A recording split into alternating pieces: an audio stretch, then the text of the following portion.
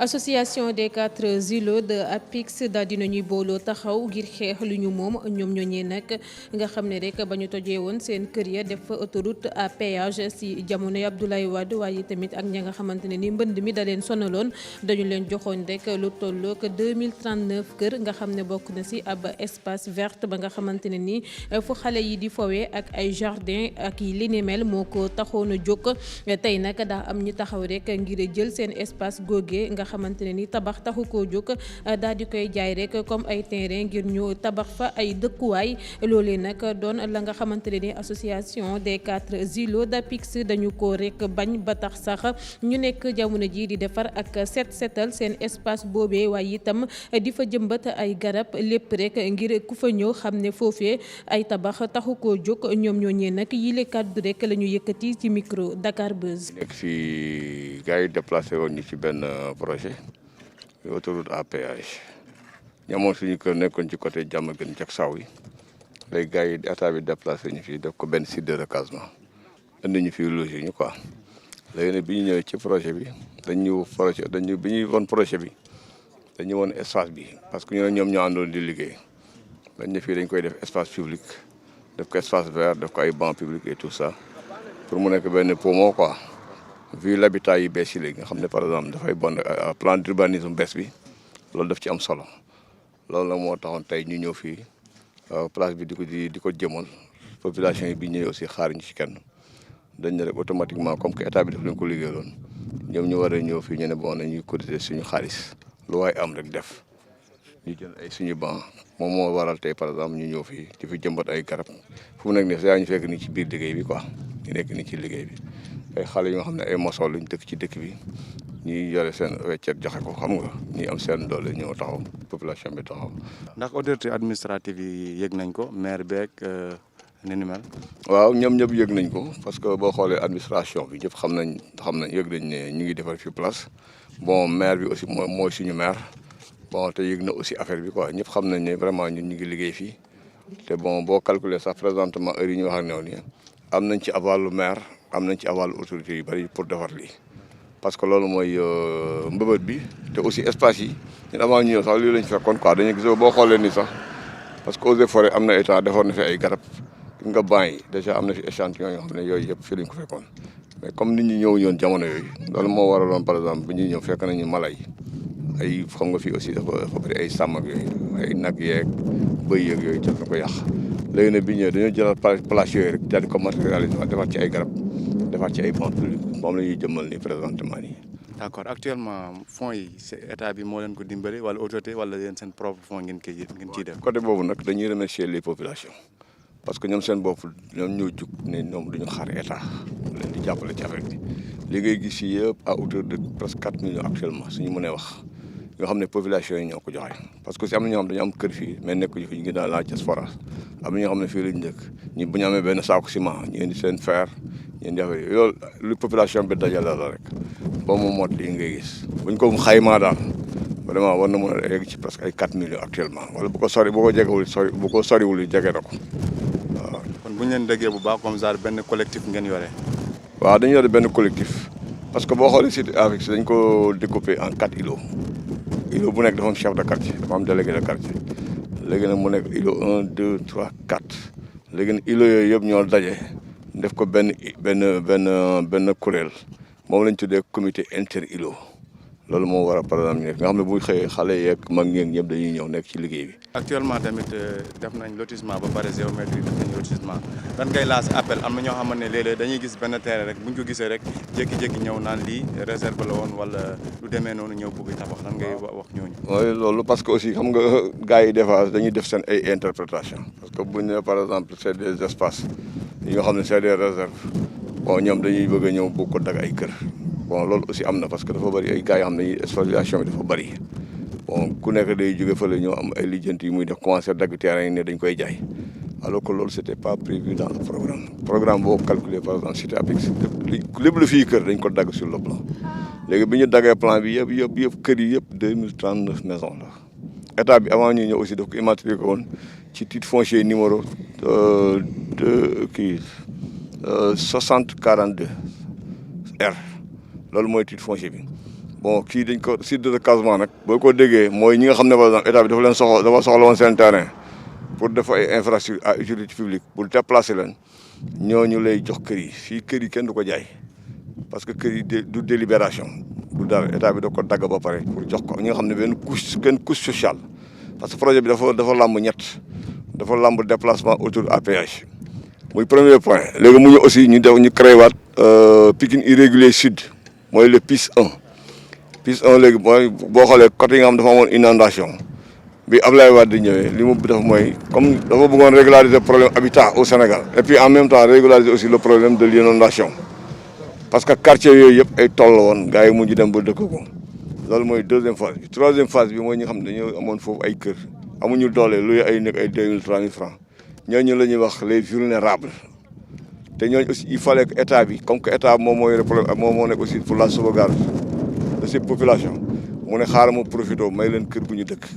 loolu moo waral par exemple ñooñu mooy les vulnérables mooy troisième position actuellement des na beneen phase muy Pikine sud irrégulier sud mu nekk deuxième phase actuellement ñoom actuellement ñu ngi leen di laal te ñooñu normalement ils sont prévus sur le site parce que am na kër yu des fii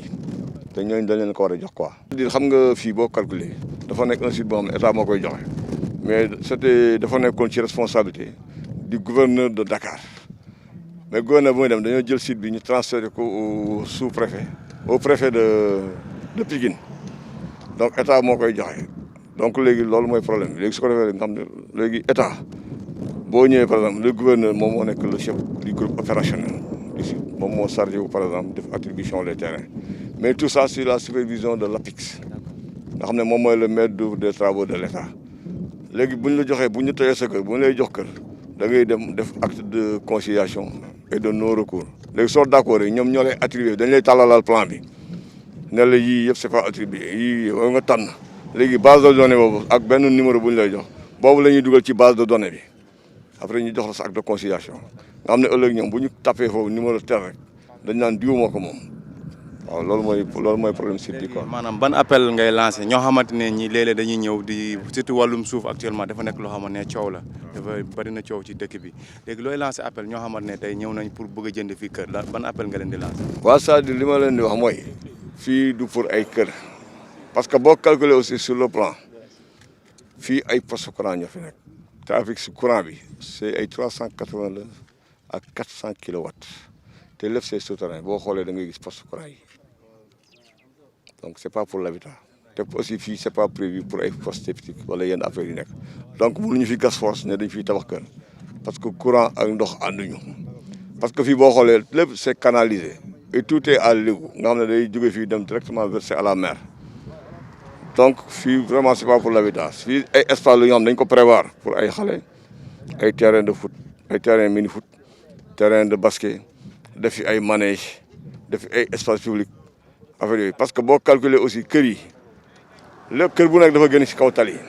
c'est prévu aussi des espaces yoo xam ne les familles là bu ñu xewle seen kër yi fii dañu fi def ay cérémonie familiale parce que kenn du bâche ci kaw tali su boobaa les populations fii dafa am espace yoo nekk aménagé pour ay jàng pour ay ngénte xam nga les cérémonies familiales les mariages loolu moom la ñu réservé vraiment pour le site là. bi ñu ñëwee tamit gis nañ ngeen di installer ay sièges est-ce que espace public yi ay sièges rek ngeen ci fas yéene def wala dafay am ay terrain wala yeneen affaire yoo xamante ne nañ ko def fii. non pas parce que y aura des chaises bancs publics yi dañ koy def mais dafa am espace yoo xam ne dañ ko def ay parking sportif c'est prévu am na foo xam ne dañ koy def ay manèges pour xale yi di fa fo am na foo xam ne dañ fa préparer ay terrain mini basket il y a même des espaces pour comment dire pétanque. Tout ça c'est réservé léegi nag ci biir affaire boobu dañuy xool avec des partenaires au niveau peut-être étatique au niveau même pourquoi pas de l'extérieur pour ñu xool yenn bonne volonté ak le concours de la mairie pour voir ñun nan la ñu aménager espace bi def fi ay parking def fi lépp ba nga xam ne bii vraiment lépp lu ñu soxla dañ koy am sur place pour ñoo ko ñëppay wuti. léegi ban appel ngay lancé mooy autorités yi administratifs yi ak bonne volonté yi actuellement puis yéen a ngi nii di changer population bi moo génnal boppam defaral boppam. ban appel nga leen di lancer tamit ci wàllu maanaam ñu gën leen yombalal liggéey. waaw c'est-à-dire le soutien parce que liggéey boo gis aussi dafa laaj soutien surtout soutien étatique on en a besoin surtout les autorités aussi parce que aussi dafa am benn action citoyenne boo gisee sa population di ko def parce que ñu war dañ naan état bi mais nous on dit non le développement se fera par les populations et pour les populations donc ñun dañoo jël suñu loxo dugal ko ci biir d'abord ñoom dañuy fekk si vraiment ñun bëgg nañ tamit ñëw accompagner ci biir mission et puis yombalal ñu ko aussi boo xam ne par exemple li ñu bëgg nii parce que ñoom ñoo ko war a def et puis boo xoolee avec le nouveau cadre par exemple de l'habitat à l'heure actuelle APIX dafa war a nekk un modèle de référence pour le Sénégal parce que quand même c'est un bijou boo xam ne tubaab bi dañu ko bàyyi. Et surtout benn affaire je lance un appel aux autorités mooy tubaab yi bu ñëwee fii def fi benn affaire généralement dañuy xool ak quelque temps dañuy war a ñëw def suivi ñun li ñuy bañ mooy ñu defaral ñu affaire bu mel nii xam nga ñu ñëw ëllëg mu yàqu parce qu'on a toujours l'habitude de africains yi loolu leen defal ñu yàq ko te ñun bëgguñu tubaab yi ñëw fi ëllëg naan gars yi kat lu ñu leen defaroon it xam ne nii lay demee dañoo bëgg ëllëg bu ñëwee ñu ne vraiment ñii li ñu leen defaral vraiment mérité nañ ko moo tax ñun on s'est accaparé de ce projet là ñu def ko si yëfu bopp taxaw ci duñ ci xaar kenn kuñ ci fekk nag vraiment tu es le bienvenu waaw loolu moom vraiment dañ koy ñaan autorité ñu ñëw quand même taxaw ci jàpp ci parce que lii mooy le nouveau type d'habitat moderne te fii dafa nekk référence parce que si Macky Sall le président Macky Sall par exemple va jusqu'à lancer le Clean Day Abdou Karim Fofana nekk fii di def liggéey bu rëy gars yi actuellement di toj parce que loolu la état da daan seetaan mais j'ai vu que les autorités quand même am na benn côté boo xam ne jël nañu les devants parce que au lieu ngay toj mieux vaut nga def la prévention parce que waaw buñ ko sàmmul tey boo léegi dañuy obligé di toj te su boobaa tamit loolu da yàqu leen ni quoi. waaw ñun suñu projet mooy de faire de l'APIX un site de référence ñun population yi dañ ko accaparé wu parce que vraiment on a senti les efforts yi li état bi def ñu mu consentir vraiment pour jox ñu projet bi. moo tax ñun on s'est accaparé de ce projet on en a fait notre projet te ci kaw projet boobu moo tax par exemple lépp lu nga xam ne ñun dañ ko war a mën a def duñ ci xaar kenn on va le faire aussi di lancer un appel aux Sénégalais que quand même c'est dafa dëkkuwaay dafa kii parce que récemment am na fu ma jaar ma gis affaire boobu dama ma jox beneen ko mooy le cas de Mbao Sicap Mbao quand dama jaar foofu ma gis gars yi balisé foofu yëpp te man presque ay années ngi ni may rom foofu mais mosuma gis Sicap Mbao à partir de la route mais quand bi ma jaar dama gis gars yi dindi oto yi dindi garage yi gindi yëpp nga gis mbedd cité foofu nu mu rafetee ma ne mais nekkati affaire bi amoon na fi donc pour te dire que visibilité dafa baax ci loo gis il faut que ñu sàmm visibilité yi et puis nit ñi aussi loolu dafa bokk ci cadre de vie bi te loolu dafay renforcer nit ñi sax même dans leur ci seen gudd fan et ci seen environnement c'est très important et là aussi il faut qu'on lance un appel à tous les Sénégalais que ñu nekk des soldats de veille et qu'ils gèrent leur cadre de vie c'est très important le cadre de vie dafa bokk ci épanouissement nit ki surtout la nouvelle génération là ñun ce qu'on a manqué on veut vraiment que cette génération là bi mujjee ñëw nga xam ne c'est le Sénégal de demain que au moins ñoom ñu mën a grandir dans d'excellentes conditions que ñun li ñu amoon ñun li ñu dal ñu bañ leen dal ñoom c'est pourquoi on est là pour les générations futures on est là en soldat de veille et on gère vraiment je crois que asalaamaaleykum wa rahmatullah maa ngi nuyu xale yi ñu ngi leen di sant bu baax ndax liggéey bi ñuy liggéey fii dafa mel ni mag ñi lañu koy liggéeyal kon nag ñun ñu ngi leen di sant bu baax a baax a baax a baax ndax li ñu commencé nii ba léegi mag ñi daal ñu ngi leen di ñaanal yàlla may leen kattan bi ñu yeggalee seen liggéey bi Sénégal yëpp war na vraiment ubbi seen bët ñu xool xale yi mel nii war na nekk ci gox yëpp waaw gox yëpp xale yi mel nii su amee ci gox yëpp Sénégal dina développé ndax développement ci nit ki la ne nekkul ci nit ñi ñooy développé mais du réew mi mooy développé nit ñi fekk ne am nañu xel bu développé ñuy xalaat bu mel nii di taxawaay seen bopp xaaruñ ci kenn laaju ñu xaalis kenn amul benn nguur gu leen jàppale kon nag xale yooyu ñu ngi développé réew mi kon nag loolu la ñu soxla ci réew mi te rajo bi tamit télévision bi ñëw fii Dakar Buzz ñu ngi leen di sant ndax bu leen xalaat ne li ngeen di def nii seen bopp ngeen koy defal déedéet defu leen ko seen bopp réew mi yëpp ngeen koy defal ndax lii ci développement la bokk ndax lii képp koo xam ne wax na fi wax ju rafet waa gis ne li ñuy def nii dina xam ne ñii tamit ñu ngi bokk ci ñii bëgg a réew mi dem ci kanam kon nag réew nii lay demee ci kanam bu kenn xalaat ne taxaw di wax mbaa di yuuxu loolu mooy yóbbu réew mi ci kanam déedéet yu mel ni tamit bokk na ci li yóbbu réew mi ci kanam ndax su boobaa li mu wax fii yëpp ñun ñii toog fii kenn ku ne am na ci xel te képp ku déglu tamit wax ji mu wax xam na ne faralul kenn àndul ak kenn réew mi la àndal bëgg a réew mi développé moo tax mu wax kaddu gi mu wax kon nag ñu ngi leen di sant bu baax di leen gërëm di leen ñaanal yàlla jàmm ak salaam ñu ngi ñaan yàlla subhaanahu wa taala feebar bii nekk ci àdduna bi yàlla nu yàlla yëkkatil jëlee ko fii yàlla yokk barke bi ci réew mi développé te xale yi mel nii ñoom ñëpp ñu njëriñoo ko incha allahu taala yàlla na ko yàlla defal ci barke yent bi jërë ngeen jëf haza asalaamaaleykum wa rahmatullah. salaamaaleykum waaw man la Sada Thiongaan maa ngi dëkk fii cité Apix mu ngi nekk ci commune Tivaouane Peulh Niaga waaw lii nag moom sincèrement dañ koy rafetlu muy initiative bu rafet parce que tey doomu cité bi moo ñëw yëkkati ay moyens indi waa Dakar Buzz pour que ñu ñëw ñu wax ci maanaam événement bi nga xamante ni ñu ngi ko fii def mu nekk acte bu rafet citoyen bu nekk war a mën a def lii ci biir Sénégal parce que Apix nag sens la parce que tey jii nii Apix boo xoolee partout Afrique du Sud Maroc Sénégal mooy moo site bii nii Sénégal Maroc Afrique du Sud kon beneen sens boobu bu ñu ko yàlla mayee war nañ ko war a mën a téye nii nga gis nii maanaam espace public la espace public nag kenn amul droit di ko jaay loolu population cité Apix ñoom ñoo ko moom biñ leen ko fi bàyyilee ginnaaw bi ñu defee 2039 maisons dañuy bàyyi ay espace public yoo xamante ni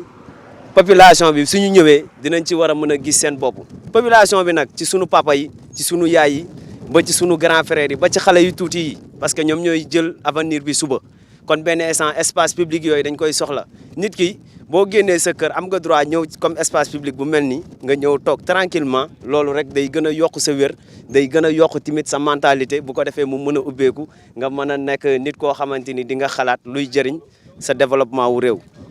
bi ñu gisee ni fii war nañ ko war a mën a defal moyens yi nag mu ngi jóge ci population bi parce que fu mu toll nii fii may wax ak yow nii presque ñu ngi dugg ci sunuy 3 millions 400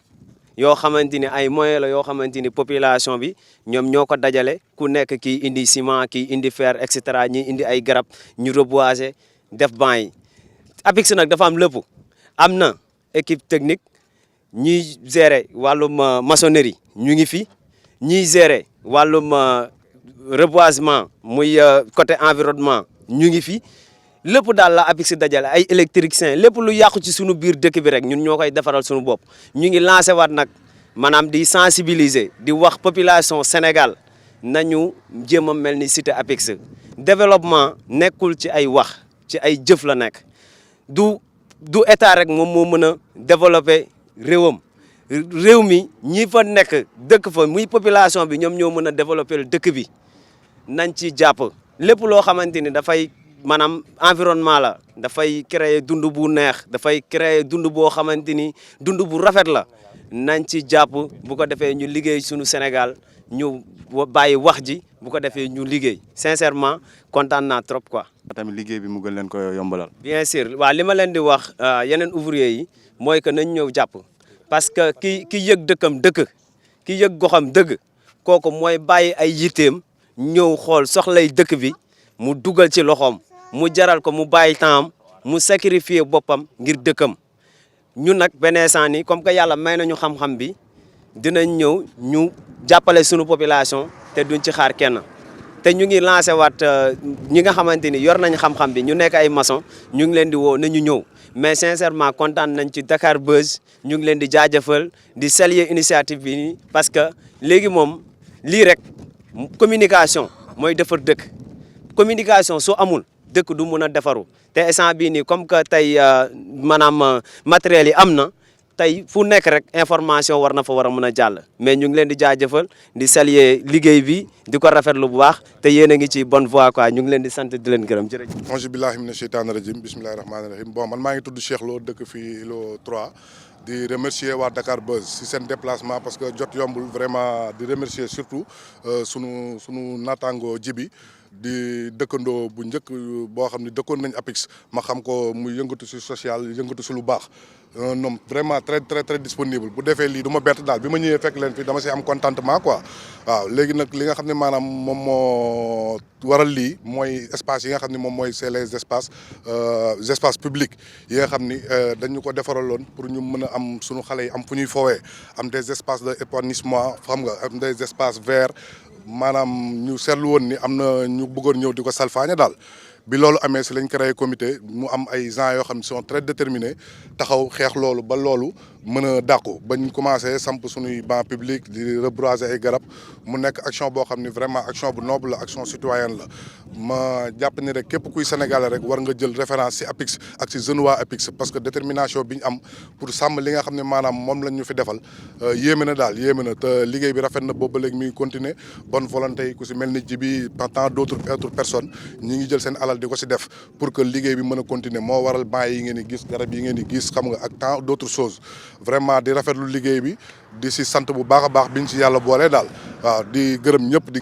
bon set setal bi dafa bokk rek ci programme bi ñu ficelé pour ñetti weer parce que commencé nañ ko depuis mois d'avril set setal bi ci la bokk implantation de bancs publics et reboisement.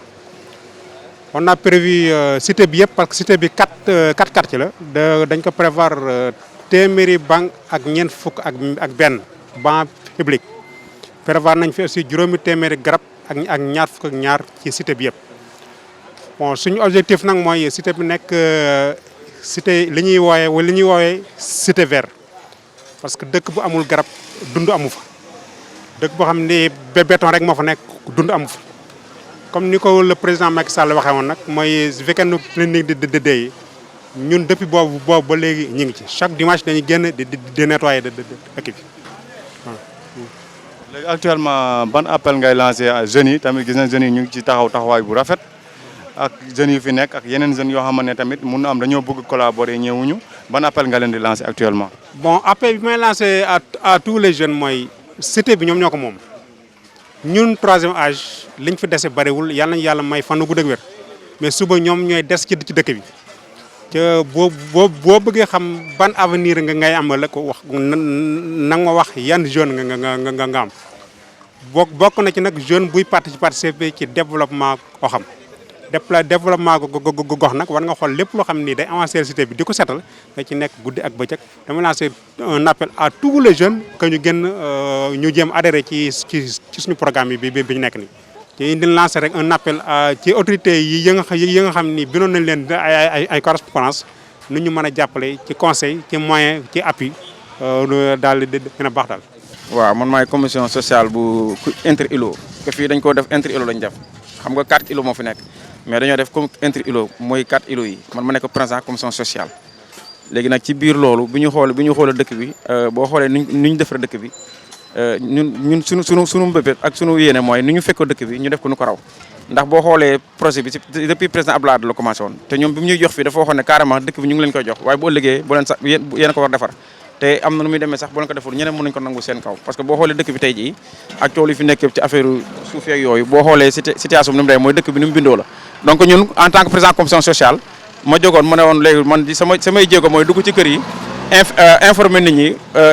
suñu moyen de bord nag la ñu demee ñun maanaam kër gu nekk ñu soxla benn 1000 francs ci set setal bi waaw foofu laa jëm set setal bi ñun liñ ci bëgg mooy dajar à su dëkk parce que ñun li ñu gëm mooy balaa nga naan état defal ma yow da nga naan dañoo loo defal état ñun foofu la ñu xaar maanaam ñun xaaruñu un maire xaaruñu un ministre xaaruñu un président ñun li ñu gëm mooy ñun suñu citoyen ñu xam ne ñoo nekk fi ci dëkk bi ñooy jël seen en main seen dëkk liggéey ko ak suñu moyen de bord parce que boo xoolee dajaloñ fi lu mat ay 3 millions et quelques yoo xam ne dajal nañ ko suñu bonne volonté la xaaruñu ci kenn ku nekk ak li muy joxe moom la ñu parti defar set daal jàpp nañu ne ku wax environnement ku wax set daal wax set setal mënoo set wér mënoo wér te setuloo kooku mënu nekk waaw moo tax ñu ne nañ song affaire léegi chaque dimanche dañu dem quartier bu nekk ñu bale ko incha allah. en tant que président commission sociale gis nañ li moom wàllum commission environnement la léegi ndax yéen da ngeen di am ay yenn maanaam cas wala yenn cas yoo xamante ne bu amee fii nii ci gox bi ngeen taxaw ci genre. waaw en tant que président commission sociale yaakaar naa ñun léeg-léeg mën naa tëdd bu guddi yàggul sax war a mat ay 2 mois léegi tëdd naa bu guddi nit ñëw yee ma ne ma sama doom bi kat dafa amoon rendez-vous Alberium fan ñu waroon ko yóbbu defar ko yaakaar naa mag délégué bi moom la ñu interpellé ñu woo bu sama kër mais ñun kooku dañ ko jël en charge yóbbu ko fan Alberium def ci liñ ci war a def ba yàlla def nag yàlla mi nga xam ne dara tawul nag jël bakkan xale bi waaye liñ ci waroon taxaw nañ ay yeneen cas yoo xam ne ñeneen ñi ay même problème ñi nga xam ne dañ facture pour courant aussi dañuy jël def fi ñun daal xaaruñu dara lu ñu xam mooy problème dëkk daal bu taxawee ñu dugg ci kër yi day jël suñu doole faj ko. ban appel ngay lancé mooy yeneen jeunes yi ak population bi. waaw léegi foofu li may lancé yeneen jeunes ak yeneen population yi mooy ndaw ñu fi nekk ñu xam ne ñun suñu wàllu wéy na ñun li ñuy liggéey pour ñoom la boo liggéey relève bi aussi ñu mën a taxaw def ko te xam ne dëkk bi moom mbooloo mooy doole ndax benn nit rek mënul benn lam du yëngatu mais boo boolee lam yu bëri mën na yëngatu donc foofu li may ñaax foofu nit ñi mooy ñu xam ne nit social mooy nit ndax ay nit bu ñu dëkkee dañu war a jàppalante di ku nekk yëg bànneex ñu bokk ko naqari ñu bokk ko waaw. waaw ñoo ngi génn di set setal wax dëgg yàlla xale yi génn nañ ñu ngi àndandoo di set setal parce que tamit ñun amuñu suñu dëkk nu mu gën a niñ ko mën a defaree ba mu gën a baax rek ci loolu rek la ñuy taxaw waaw di ci góorgóorlu pour fii set ndaxte tamit avant tout la propreté dafa ànd ak loolu santé comme ñun dañuy liggéey ci santé tamit di ànd ak ñi nekk ci poste bi di liggéey ci santé bi kon tamit pour fii set tamit set bi daf ci am solo ndaxte saleté itam mën na provoquer ay façon feebar ak ay sibiroog yu kenn xamul kon nag ñun tam ñoo ngi ci daal ànd ak xale yi di liggéey ci loolu. waaw ku wax environnement di nga wax santé boo waxee santé tamit di nga wax district di nga wax dispensaire yi maanaam tey ji seen gox bi maanaam ci wàllum mooy paj gi ndax amoo leen yenn jafe-jafe yoo xamante ne tamit mu ngi leen di yëlëmbe actuellement foofu noonu ci dispensaire ba. waaw am nañ tuuti jafe-jafe rek ndax xam nga liggéey boo gis rek day ànd ak jafe-jafe waaye nag ñoo ngi sant yàlla ñun ñi nga xam ne nag ñooy bàjjen ñoo ngi def lu ñu mën ñoo ngi góorgóorlu di sensibiliser te wax nit ñi ñuy fréquenter poste bi à chaque fois nag ñun loolu mooy suñu liggéey suñu waree génn sensibiliser nañ génn sensibiliser suñu waree def ay causerie dinañ causerie nañ def lépp daal lépp nag pour ñu mën a dem ca poste ba di loolu di fréquenter poste bi. en tant que aussi mère de famille ban appel ngay lancé mooy yeneen mère de famille tamit ci wàllu bii nii maanaam mooy taxawaaw actuellement mooy jeunes yi bu ñu taxaw maanaam ci wàllu maanaam jàppale leen. léegi daal xale yi moom li ñu wax nañ leen jàppale ndaxte am na ci xale yu bëri yoo xam ni ñii liggéey seen liggéey demeewul noonu ñii dañuy jàng métier loolu yëpp ñun daal bu ñu amee ka nga xam ne dinañuy ñëw jàppale ci suñu jeune parce que xale yi nekk fii am nañ jom ñoo ngi góorgóorlu ku nekk li nga nekk daal yaa ngi ci tey góorgóorlu ni ñuy ñaan nag yàlla jàppale ñëpp ku nekk li sama bët yàlla sottal ko. d'accord sa dernier mot bi ngay lancé mooy si wàllum setal bi. sama appel daal mooy comme ñun dañoo góorgóorlu di setal nit ñi jóg génn di dindi salte yi ñun ñi nga xam ne ñoo dëkk ñu gox gi tamit nañu góorgóorlu ba bañ a defat ay salte ci mbedd mi di dindi salte yi dindi mbaliti mbedd yi dindi yëpp parce que buñ dindee ba pare ba mu set aussi ñu ëlbati ko delloowaat fa mbalit ma defaat fa salte yi tamit ça revient au même day mel ni comme ni mu meloon rek salte bi day continuer kon nag nañ góorgóorlu rek ci dindi bi ak setal bi bu génnee sa biir kër sànni ci mbedd mi loolu baaxul.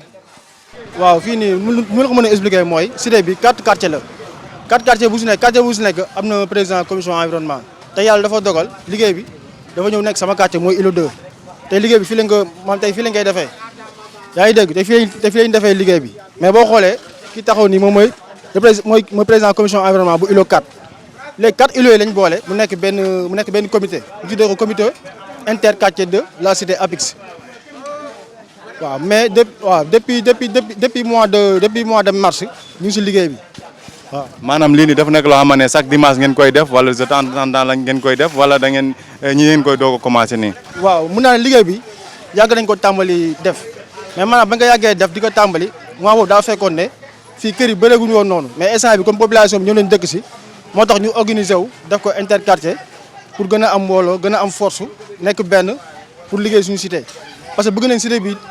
dàq si cité yi gën a nekk si monde bi maanaam cité fait partie des meilleures cités les plus propres bëgg nañ cité APIX bokk cité yooyu noonu.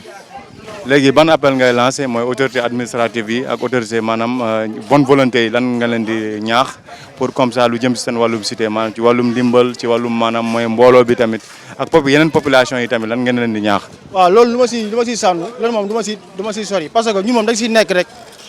ñu ngi tàllal tamit suñu loxo ñëpp monsieur le maire même monsieur le président de la République ñu ngi koy tàllal suñu loxo di ko wax mu ñëw jàppale ñu parce que xeebuñu kenn mais ñun ñu ngi si parce que ñu ngi suñuy dërëm ak suñuy ñaar dërëm ak bonne volonté yi nekk si cité bi maanaam ku nekk yaa ngi génnee def sa participation ñu ngi koy rafetlu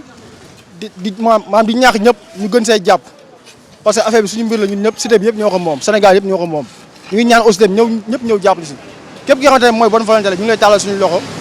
yaa ngi dégg di la ñaan nga ñëw jàppale ñu si liggéey. Et au nom des populations de l'APIX vraiment on vous dit un grand merci